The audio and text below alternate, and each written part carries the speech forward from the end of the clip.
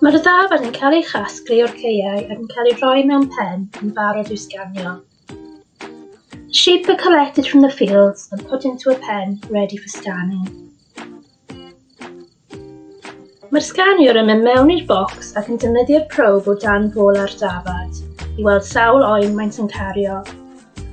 The scanner enters the box and uses the probe under the sheep's belly to see how many lambs they are carrying. Dyma beth mae'n edrych tu fewn i'r bocs.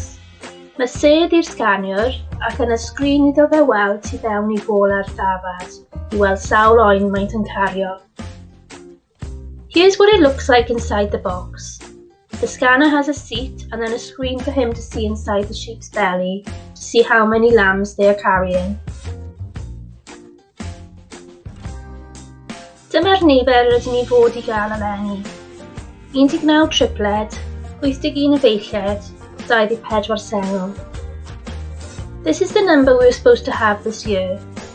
19 triplets, 81 twins, and 24 singles. Mae'r person sydd yn sganio yn rhoi paent lliw gwahanol ar dop cefn y ddafad wrth iddyn nhw gael ei sganio, i adael ni wybod beth maent yn cael. Melyn yn sengl, glas efeilliad, a coch yn tripled.